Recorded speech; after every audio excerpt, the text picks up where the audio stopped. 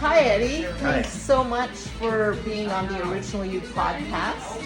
I'm going to go ahead and ask you a few questions about yourself. All right. The first one is, who are you, really? Not what you do, not what others expect of you, but who you feel yourself to be inside. So I'll start like this. This question is actually a question that could have a million answers. Because in reality, before even asking that question, the question is, what are we here for? Purpose. What is your purpose? Once you find out the purpose, you'll be able to dwell into the question of who you are. Because I feel like as a child, as a baby, everybody is a baby to a mother and a father, innocent, without any identity. And we spoke earlier about this question that everybody is a human. A human is somebody that is with no identity. He doesn't have an identity. It has a soul. It comes to this world for a sole purpose. And I think, and nobody's told that. Yes, there is religions that people follow, and the religion will tell you that what your purpose is. Right. But on default, I think a person already has inner self-confidence. Some people have confidence, some people have egos, so some people are a giving person, some people are, whatever they have, that's on default. That's what God created with. I think our purpose is to find out, the question, who are you, is the question is every single day you need to be able to ask yourself that and be able to, because nobody stops and thinks, who am I? I was thinking of myself, well, who was I at every age in my life? At 15, I was a specific individual because of influence. At 20, I was becoming another person. And every character that I went through in life, that didn't define who I am. Why? Simply because that wasn't me. And then at the end of the day, you still feel that emptiness, or you know that you're acting a role that you're not. And in reality, once you tap into the role that you are, you feel right. It fits like a glove. That's when you're able to successfully say that you know yourself. So how do we get to that state? I feel like if you are a person, you don't have to be. So who are you in this moment? So at this moment right now, I'm a person that is trying to do what's right. Number one is my family, of course. Everybody knows that. God knows me well. What does right mean? Right could be right for you and wrong for me. So that's another a million ways to answer right. But I think deep down a person knows when a person is doing something right or a person is doing something wrong. His soul, that's a default. The soul always wants to do something right. It's trapped inside when it's suffocating, when it's actually doing something wrong. It doesn't want to do it, but the body is forced to do it, and the soul is forced to kind of agree with it. So when the person feels like he's doing something wrong, he knows that's not the right. So that's not the question. That's not the answer of who you are anymore. Okay. So for you, who you are is someone who is always in earnest trying to do the right thing. Correct. That would be my definition of who I am, as a person who's trying to always grow, who's always trying to be the best version of myself, emulating God, because that's what God actually said, that He wants us to emulate Him by being the light, by giving. Anybody that gives feels better than the one who takes. Right. So just to prove the fact that you feel so much better when you're a giver than you're a taker. So the second question.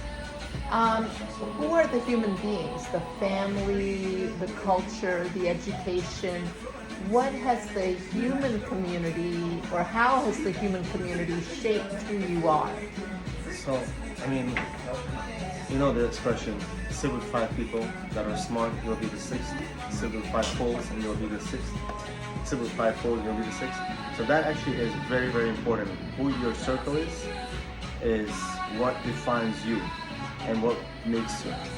And of course, like I said earlier, your character is on default, but in reality, the influence has a big role on a person. So of course, it's very important to sit around the people that can help you grow.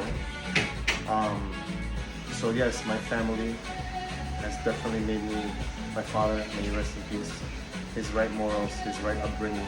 My mother made sure to live a long life, you know. And then I would say the person that, you know, is in my life now, my immediate family, my wife and kids, you know, they build me every day as to be a person that is selfless, a person that is everybody else before yourself mentality. Of course, you should be selfish also in that sense of being, you know, if you don't take care of yourself, you can't take care of others. There's an expression in the airplane, when you go, they say, there's a thing that they say in the airplane before you put on the mask to help somebody else breathe, you gotta help yourself. If you're not breathing, you won't be able to help anybody else. Right. But of course, with that respect, you know, that the circle that is around you, that helps build you, is very important. So the influence of family has definitely a good impact.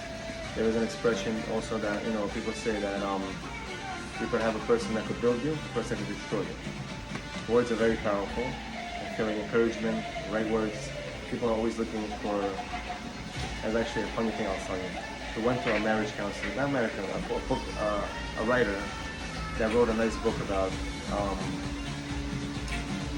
marital peace. And there was a version of the book that was for women and a version that was for men. And in that book, it says, do not open this book for men. It's only for women. But the one for the men is only for men. Okay. So we thought we got the person that wrote it, signed the book for us. We came home, we put it on the shelf, excited to read it. And when my wife went upstairs, I grabbed the book, being curious and excited about what she's about to learn and what she's about to apply. Right.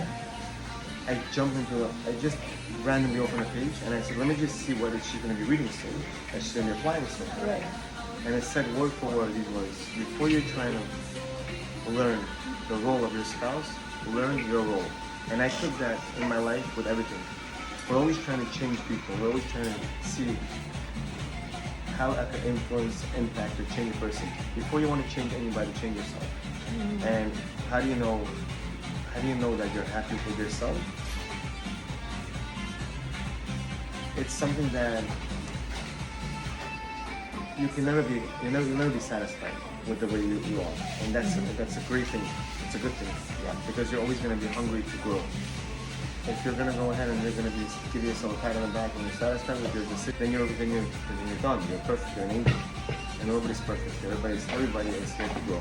Right. So because that being said, that will help you become a better version of yourself until the last breath in this life. It's so wise. Can you relate an example of a challenge that you had in your life? Something that seemed really hard to overcome, and maybe describe how and what in you helped you to overcome that obstacle? Okay, definitely I will bring in a higher power, that being said, God. My religion, Judaism, has definitely guided me in the right path. I think somebody with a belief system is very important. Whatever you believe in, when you have a higher power, you do have that guidance. And the challenges could be anything from losing a loved one. Anybody can relate. My grandmother, when she lived a long life, always said to me that there was once upon a time a story about a plate full of watermelon sliced, and they brought her into a house, and everybody's sitting around that table. And they came to visit the people that just lost somebody, and they said, anybody that has ever lost somebody, please take a watermelon. In seconds, the place was empty. I mean, everybody goes through that. That's part of life. Right. There's no running away from that. Right. So how do you overcome such a challenge? I would say definitely, knowing that there is a higher power, there's a purpose, there's a soul correction, there's life after death, and that helps you definitely overcome the challenge of loss of a family. The challenge of this, we're gonna be, in life would be very boring without a challenge. Yeah. There's an amazing saying, I can't quote the person, but an opponent in a ring, a boxer in the ring without an opponent, it's not fun. Right now, I don't know if this is going to be dated, but right now the Knicks are playing against the Spurs. Yeah. Then you need always an opposite opponent to be able to be victorious, to be able to take the trophy home. So And maybe to bring out the best in you. absolutely, absolutely. So everybody has that evil inclination that will bring you down, or try to tell you that you're no good, that you're a horrible, individual, and they'll give you all that negativity. So to shut down the negativity, you'll only be able to do it with light. I like the example of a cup. If you have dirt in a cup, how can you get the dirt out? It's very hard. Take a spoon, it's like, it won't come out. It will only come out if you put water. Now, how much water do you have to put? A lot. You have to let it overspill. Eventually, after a lot of water, it'll be clear. Right. The same with that. Sometimes, some things challenging in your life could be so dark, could be so hard. But you don't forget that you continue overflowing your cup with light, with water. I always like another expression, Emily's expression that the sun comes out and the sun is shining. You'll never hear the sun saying, anybody taking any benefits? Is anybody benefiting from me? It's not really screaming that. Yeah. Simply why? Because the sun is doing its part, it's shining. Our job as a soul, every single person in this world, I don't care your religion, your race, your color, you have a soul. Your soul is there shining. Whoever wants to get inspired by it, learn from it, sit with it, but we're all souls. And that's why if we tap into the soul, all of a sudden you don't have hate. All of a sudden you don't have comparison. You have love. Because how are you going to heal in the soul? It's you. Right. That's great. So the final question is about the role of technology in cultivating who you are in this moment.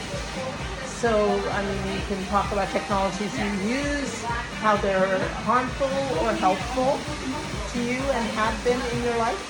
All right, so this question is actually a very interesting question because you're speaking to a person in the time of, I wouldn't say no technology, but less technology than now. I would say technology has definitely given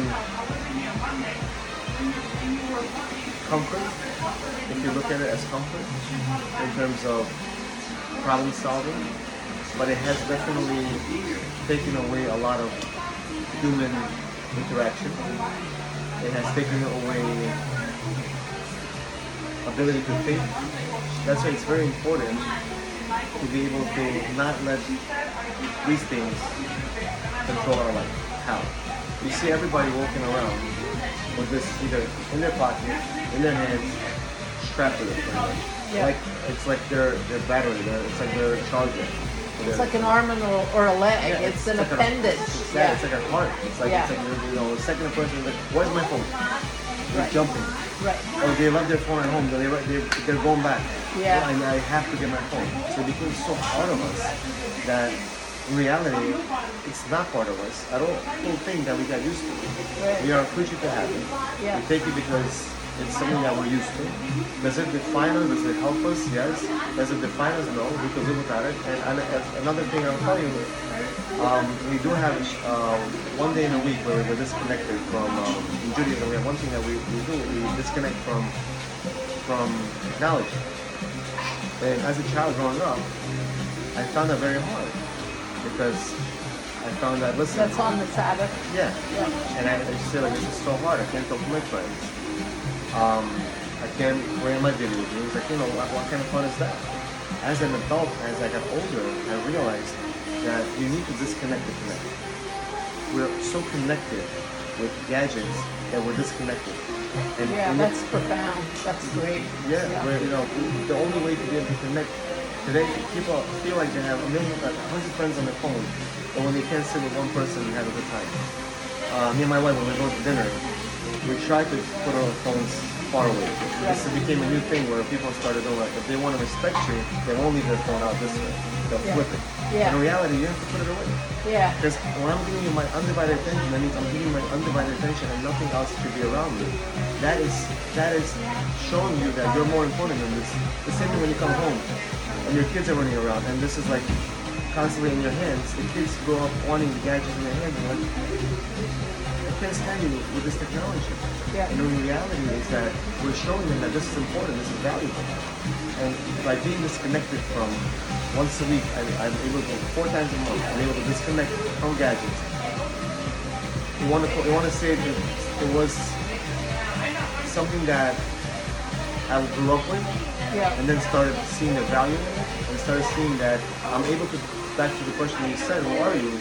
You're able to tap in and understand who you are when you're Right. disconnected from the world. It's almost like we cannot jump out of our body and feel our soul when we are grounded with so much materialism, so much technology, so much options. Yeah. But when you are able to disconnect from the world, in that sense, on Saturday, that's what I do. I try to connect with tap into my soul. Yeah. That's when I'm able to understand where I stand, what my happiness is. You know, you can see the stock market. You can communicate with your clients. You can service your clients. You can see your bank statements. You can see your bank account. Yeah. All these things you cannot look at. You cannot touch Yeah. for 25 hours. So you're just like, I'm not a big gambler, but I bet it on the Knicks, and they won game 2. Right. 8:30, I put money into the game. I wasn't able to see the win. And the 25 hours, because it was Friday night, was the game. Right. 25 hours, I was like, did they win? But I was so disconnected that I said, listen, and then it hit me like, wow, I just put money on the game, and I was disconnected from that.